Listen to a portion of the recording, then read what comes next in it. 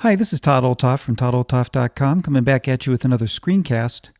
And this week we're going to continue our look at macOS Server, and we're going to look at the Mojave version of Server.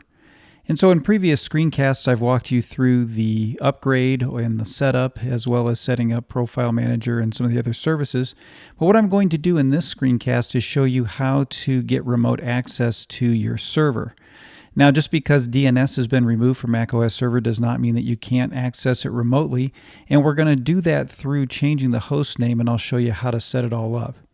So here we are on the Server tab in the Server application, and so I'm just going to come up here to Edit Host Name, and it's going to bring up a wizard that's going to walk me through the change host name.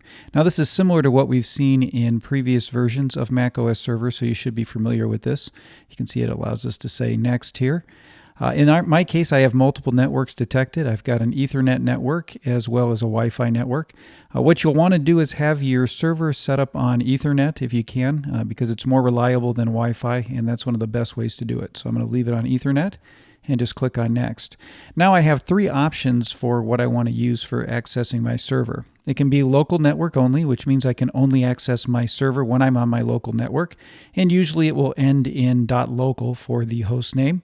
I also have local network and VPN, and this is allowing myself to access my network remotely using a VPN or virtual private network service that will allow me to connect to my network so it'll look like I'm on my local network, and then I can access my server. Now, VPN is no longer included in macOS Server, so you might want to try another service. I have done a screencast on an application called VPN Enabler, which is an easy way to set up VPN, but there's also other services out there as well. And then we have internet access, and this is if you have a registered domain name, you can point that domain name to your server and give it access. So we're going to go ahead and select internet in our case and just say Next.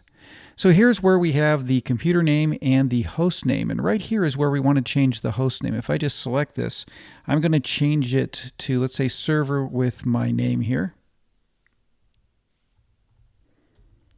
So toddolthoff.com.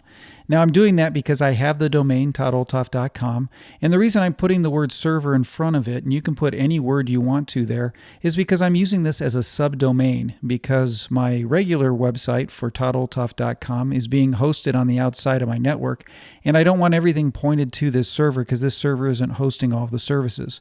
So if you've got a similar circumstance, you'll want to go ahead and put something in front of that. Like I did, I just put server, but you can put whatever you want, family, anything. Over here, if I wanted to do anything with the network address, I could click Edit right here, and it would take me into the Network tab inside of System Preferences. But in my case, everything looks fine, so I'm just going to go ahead and say Finish. And it's going to go ahead and update my services and everything with the new host name so that that is all set and ready to go. And so once it's finished, there we go. You can see that we have the host name now as server.toddolthoff.com, and that's exactly what I want to do to get that set up. Now what I need to do is go to my domain registrar and make sure that I'm pointing the server.toddolthoff.com subdomain to my public IP address, which an easy way to find that would be right here under Internet where it says reachable at. This is usually your public IP address that's in here. So you can go ahead and copy that right now if you wanted to, and then we'll go over to the website to go ahead and set up external access. Okay, so here I am over on the cPanel for my domain registrar. And so every domain registrar is going to look a little different, but what you're going to want to look for is the domains area like we have right here.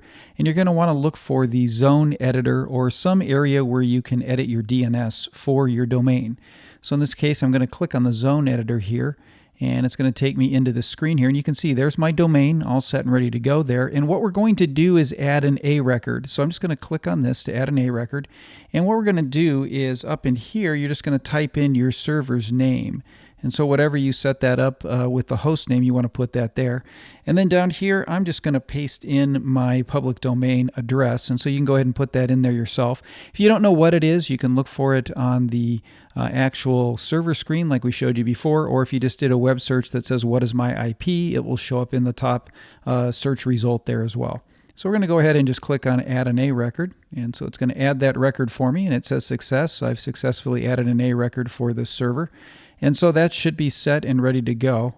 And so it says we've added that. So it'll take a little bit of time to add that A record to have it show up across all your devices, but you just want to give it a little bit of time, and when it's been added, you should be able to access it remotely. And I'll show you what that looks like to do that. So that gives you an idea of how to set up your server for remote access. Now, the only reason we'll really be setting it up for remote access is for Profile Manager itself, so that you can access your Profile Manager when you're away from your server, and so that your users can also access it remotely to add their devices and that sort of thing. So I'm going to show you how to do that once we walk through all of the different options in Profile Manager, but just wanted to show you that that's the way you set this up for remote access. So that's all I have for this week. I'll be back at you next week with another screencast to help you learn how to do more things with your Mac. If you're interested in help in setting up your own server, feel free to contact me at todd@toddolthoff.com.